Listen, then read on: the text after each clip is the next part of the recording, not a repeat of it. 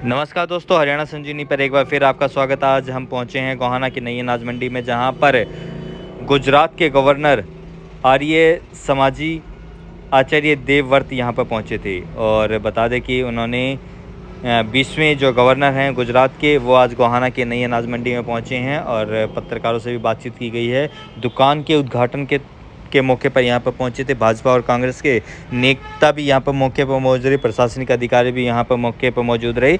उनका कहना है कि जो खेती है, खेती को लेकर एक बड़ी बात कही है, ऑर्गेनिक खेती और प्राकृतिक खेती वो ज़रूर करें, जिससे आपके खाने के जो गुणवत्ता है वो बनी रहे।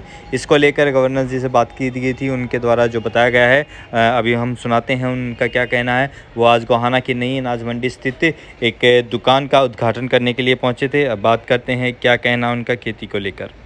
के महत्व को ना समझता हूँ तो इस ढंग से पूरा गुजरात अगले 1-2 साल में प्राकृतिक राज्य के रूप में बन जाएगा और उससे पूरा देश एक प्रेरणा लेगा। और इस बीच में अन्य प्रदेशों में भी इस अभियान को हमने चलाया। और कुरुक्षेत्र का गुरुकुल, जिसमें मैं 35 वर्ष तक प्रधानाचार्य रहा, उसमें हरियाणा सरकार की ओर से हमने एक प्राकृतिक खेती का ट्रेनिंग सेंटर बना दिया, जिसमें पूरा देश और हरियाणा के भी किसान निःशुल्क वहाँ पर ट्रेनिंग लेते हैं। तो ये अभियान हरियाणा में भी चल चुका है, उत्तर प्रदेश में चल चुका है, उत्तराखंड में चल चुका है, महाराष्ट्र, गोवा, मध्य प्रदेश और दक्षिण के प्रांतों में सब जगह मैं गया हूँ। और अब आसाम और नॉर्थ ईस्ट के प्रदेशों ने भी मुझे बुलाया है। तो ये मिशन हम बहुत तेज़ी से आगे बढ़ा रहे हैं। इसके चलने से पानी भी बचेगा, धरती की उर्वरा शक्ति भी बचेगी, पर्यावरण भी बचेगा, लोगों का स्वास्थ्य भी बचेगा, देसी गाय भी बचेगी। और भारत का 2-2.5 लाख करोड़ प्रति वर्ष विदेशों में जो पैसा यूरिया, डीएपी, कीटनाशक खरीदने पर लगता, वो भी बचेगा। तो खेती एक और लाभ अनेक इससे होंगे और किसान की आय भी इससे बढ़ेगी, क्योंकि खर्चा शून्य होगा। और आपको जानकर प्रसन्नता होगी कि अब पिछले 8-10 दिन से उत्तर भारत में बारिश और तूफान आया जी, सब लोगों के गेहूं गिर गए। लेकिन गुरुकुल कुरुक्षेत्र में 42 एकड़ में मेरा गेहूं खड़ा है, एक भी पौधा नहीं गिरा, उसको आप जाके देख सकते हैं। और जिन जिन लोगों ने प्राकृतिक खेती की, उनका किसी का गेहूं नहीं गिरा। और जिन्होंने रासायनिक खेती, वो कोई बचा नहीं। तो इससे सीधा कितना बड़ा लाभ है।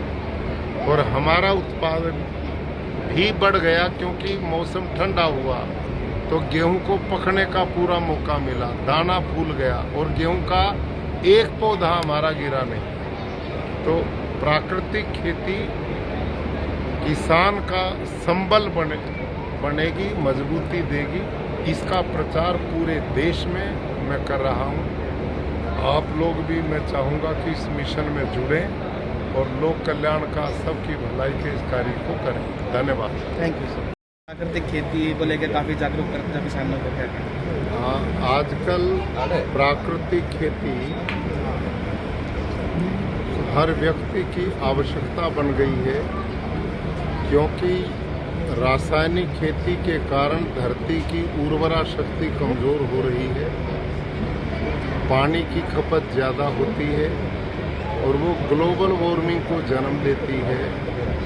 और रासायनिक खेती के उत्पादन खाकर लोग बीमार हो रहे हैं और उसका परिणाम कैंसर जैसे रोग, हार्ट अटैक, शुगर तेजी से समाज में बढ़ रही है। इसका एक ही निदान है कि हमारा खान पान जहर मुक्त होना चाहिए।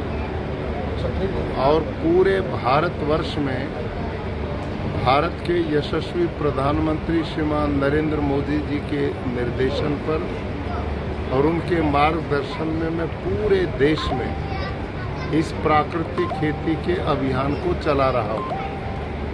और इस समय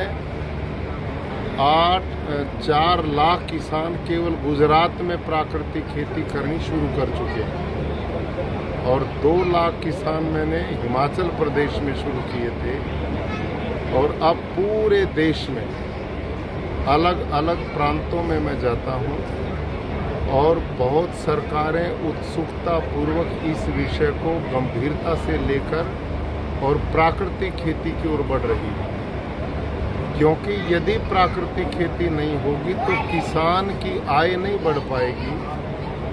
प्राकृतिक खेती, जो मैं गौ आधारित प्राकृतिक खेती की बात करता हूँ, उसमें लागत शून्य हो जाती है और किसान का उत्पादन कम नहीं होता। जब जहर मुक्त उत्पादन होगा तो उसका मूल्य भी बाजार में अच्छा मिलता है। इसलिए आज इस खेती के प्रति किसानों का बहुत तेज़ी से रुझान भी बढ़ा है और उपभोक्ता हैं वो भी चाहते हैं कि हमें जहर मुक्त आहार मिले। तो इन दोनों चीज़ों को ध्यान में रखते हुए इस समय पूरे देश में एक वातावरण बन चुका है और गुजरात एक मॉडल के रूप में हम खड़ा करना चाहते हैं। वहाँ पूरे गुजरात के 10-10 गांव के क्लस्टर हमने बनाए हैं और 10 गांव में उन्हीं 10 गांव के बीच का एक किसान हमने ट्रेनर बनाया प्राकृतिक खेती का और